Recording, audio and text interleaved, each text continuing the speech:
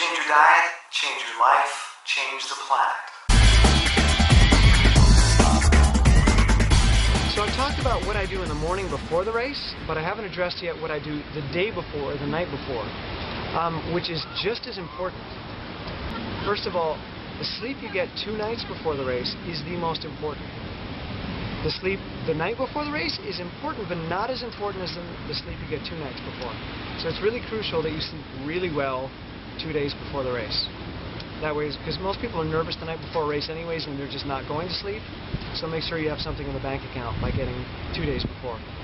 As far as eating the day before a race, that's critically important.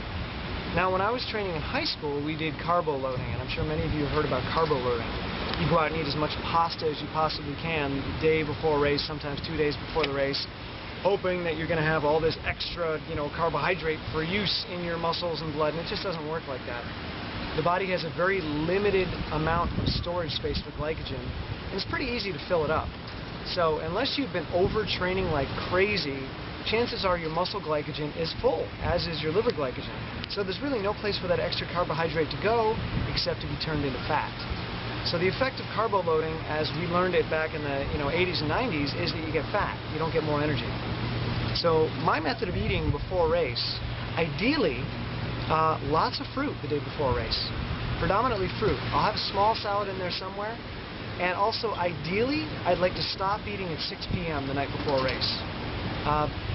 Ate probably at 7:30 before this race. Not quite ideal. It's not easy to stop eating at 6 o'clock.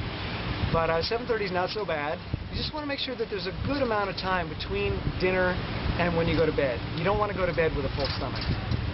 So make sure you eat earlier than you normally would. And I just eat fruit. My last meal before I go to bed is just fruit. Simple fruits that I know are not going to combine and create a little problem in my tummy. Once again, bananas probably not the best choice. So I'll do apples, oranges, mangoes, kiwis, things like that. Usually try not to mix too many of them, but just quite a bit of fruit. And I'm good to go. When I first started this journey, what I was doing the night before the race was lots of coconut water and agave nectar. I was chugging the agave nectar and drinking lots of coconut water. Then I'd wake up in the morning the next day and I'd chug the agave nectar again. And before the race, I'd chug some more agave nectar. It gave me cramps during the race. I'd get a stitch in my side. So I don't do the agave nectar before races anymore. I just don't think it's the best choice. Agave nectar is almost entirely fructose. And fructose is not absorbed as muscle glycogen, it's absorbed as liver glycogen, which is very different. So it's hard on the liver and doesn't get into the muscles the way you want it to. Whereas fruit is a combination of fructose and glucose.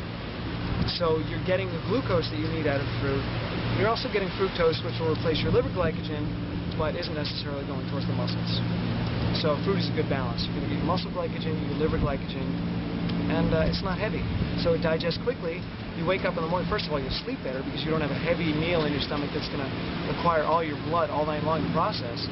If you have a heavy meal of processed flour like pasta the night before a race, or you have any meat products or greasy foods, your body is going to be taking its blood supply all night long to break down that food.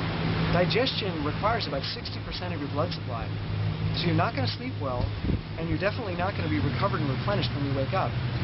But eating a meal of simple fruit long before you go to bed allows your body to be done digesting and to rebuild, recover, replenish, restore, detoxify. All the things that are supposed to happen when you're sleeping. So, night before, light meal of fruit, you'll be good to go in the morning. Wake up 3 hours before the race, have some more fruit, lots of water, make sure you're hydrated, make sure your pee is clear. If you're peeing before the race and it's yellow, you are dehydrated. You have not been drinking enough. So you want to be peeing clear before the race. I know that sounds a little funky, but it's true. Got it? You heard it here. Running Raw, baby. We'll see you soon.